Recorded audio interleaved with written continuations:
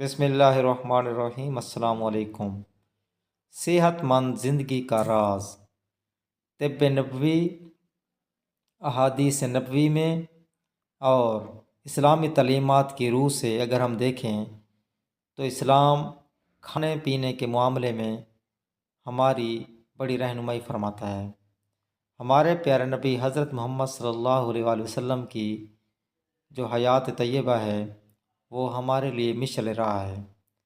اگر ہم آپ کی تعلیمات پر عمل کر کے، آپ کی سنت مبارک پر عمل کر کے زندگی گزاریں گے تو دنیا آخرت میں سرخ روح ہوں گے، کامیاب ہوں گے اور دنیاوی زندگی بھی ہماری بہترین گزرے گی۔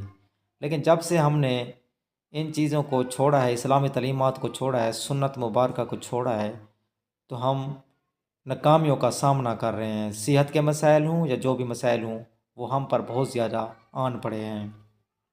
ہمارے پیارے نبی حضرت محمد صلی اللہ علیہ وآلہ وسلم نے ارشاد فرمایا، کسی آدمی نے کوئی برتن اپنے پیٹ سے زیادہ برا نہیں بھرا۔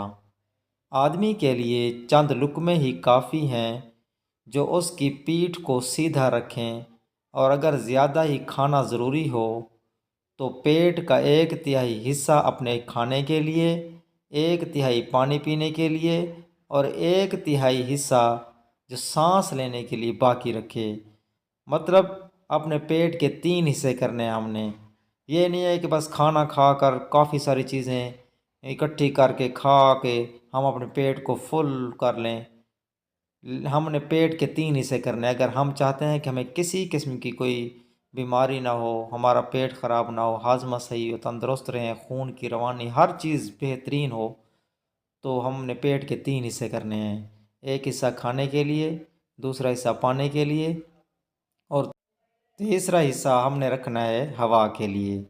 اس طرح کی ویڈیوز کے لیے ہمارے چینل کو سبسکرائب فرما دیں۔ ویڈیو دیکھنے کا شکریہ۔ اللہ حافظ۔